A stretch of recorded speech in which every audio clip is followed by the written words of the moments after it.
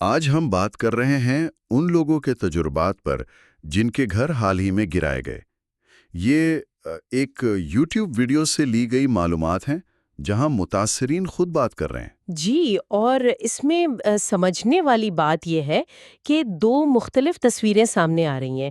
ایک سرکاری موقف ہے اور دوسری طرف وہ لوگ ہیں جو براہ راست متاثر ہوئے ہیں۔ بالکل، تو آئیے ایک کہانی سے شروع کرتے ہیں۔ ایک 37 ایئرز کے رکشہ ڈرائیور ہیں۔ اچھا۔ وہ بتا رہے تھے کہ وہ وہیں پیدا ہوئے، 37 سال سے وہیں رہ رہے تھے، اور 20 تاریخ کو ان کی والدہ کا، بھائی کا، سب کے گھر مسمار ہو گئے۔ مطلب پورا خاندان ہی متاثر ہوا؟ جی ہاں، اور اب حالت یہ ہے کہ وہ اپنی بیوی، 4 بچوں کے ساتھ کبھی رکشے میں سو رہے ہیں، کبھی فٹ پاتھ پر۔ 4 بچے بھی ہیں؟ 2 لڑکے 2 لڑکیاں آپ نے بتایا تھا؟ جی، 2 لڑکے 2 لڑکیاں، اور مالی حالت ایسی کہ کرائے کا مکان لینا بھی مشکل ہے۔ 4,000 ڈپازٹ مانگ رہے ہیں، 1,000 دلالی۔ اور ان کی روز کی کمائی کتنی ہے؟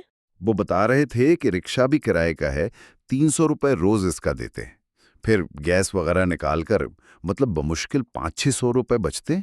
تو 500 سے 600 روپے کمانے والے کے لیے 5,000 کا انتظام کرنا، وہ بھی فوری طور پر، یہ تو بہت ہی مشکل ہے۔ بالکل ناممکن لگتا ہے۔ اور اسی سے جڑی بات متبادل رہائش کی اسکیم کی ہے۔ ہاں، وہ سرکاری اسکیم، اس کا بھی ذکر آیا تھا ویڈیو میں۔ جی، تو اس کے فارم کی قیمت سنا ہے 7,500 روپے رکھی گئی ہے شروع میں۔ 7,500! یہ تو ان لوگوں کے لیے بہت ہی زیادہ رقم ہے۔ بہت زیادہ ہے۔ حالانکہ کچھ مقامی نمائندے کوشش کر رہے ہیں کہ کم ہو جائے، شاید 6,500 سے 7,000 تک آ جائے۔ لیکن پھر بھی یہ رقم بھی کم نہیں ہے۔ اور وقت کتنا ہے ان کے پاس؟ وقت بہت کم ہے، 31 تاریخ آخری بتائی جا رہی ہے۔ تو مطلب ایک طرف گھر نہیں، دوسری طرف یہ انتظامی مسئلہ۔ اور ایک غلط فہمی بھی پھیلی ہوئی تھی، ہے نا، کہ اگر فلیٹ نہ ملا تو پیسے ضائع ہو جائیں گے۔ ہاں، یہ بھی لوگ کہہ رہے تھے، اگرچہ انٹرویو لینے والے نے وضاحت کی کہ پیسے واپس مل جائیں گے۔ لیکن دیکھیں، جب انسان ایسی فوری مشکل میں ہو تو وہ لمبی چوڑی کارروائیوں اور ضمانتوں پر کیسے یقین کرے؟ اس کی تو پہلی ترجیح چھت ہوتی ہے۔ صحیح کہا آپ نے۔ اچھا، ان سب مالی اور انتظامی مشکلات کے علاوہ ایک اور بہت اہم پہلو سامنے آیا۔ وہ کیا؟ وہ بنگلہ دیشی والا لیبل۔ ہاں، یہ میڈیا میں بھی آیا تھا کہ یہ کارروائی غیر قانونی بنگلہ دیشی تارکین وطن کے خلاف ہے۔ جی، لیکن انٹرویو میں لوگ کہہ رہے تھے کہ ہاں کچھ بنگالی تھے وہاں، وہ تو چلے بھی گئے، لیکن زیادہ تر لوگ مقامی ہیں، ان کے پاس ثبوت بھی ہیں۔ تو ان کا کہنا ہے کہ ان چند لوگوں کی آڑ میں سب کو نشانہ بنایا گیا۔ بالکل، یہی احساس ہے ان کا۔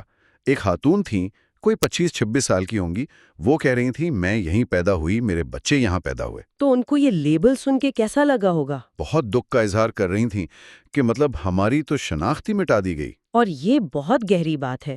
یہ صرف گھر چھننے کا معاملہ نہیں رہتا، پھر یہ آپ کی شناخت، آپ کے وقار کا مسئلہ بن جاتا ہے۔ جی، اور یہاں صاف نظر آتا ہے کہ جو سرکاری بیانیہ ہے اور جو لوگوں کی زمینی حقیقت ہے، اس میں کتنا فرق ہے۔ بالکل۔ تو خلاصہ یہ ہے کہ کئی خاندان سڑک پر ہیں، پیسے نہیں ہیں، انتظامی رکاوٹیں ہیں، اور اوپر سے شناخت پر سوالیہ نشان۔ اور وہ جو منظر آپ بتا رہے تھے، بچوں کا فٹ پاتھ پر سونا، وہ سوچ کر ہی بہت تکلیف ہوتی ہے۔ جی، بہت ہی تکلیف دہ منظر ہے۔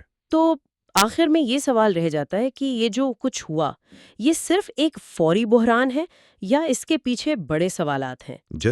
جیسے کہ ہمارے شہروں کی منصوبہ بندی کیسے ہوتی ہے، شہریت کا تصور کیا ہے، اور کس طرح کچھ بیانیے استعمال کر کے لوگوں کو بے دخل کر دیا جاتا ہے، اور سب سے اہم، ان خاندانوں، خاص طور پر ان بچوں کے مستقبل پر اس سب کے کیا لمبے عرصے تک اثرات رہیں گے۔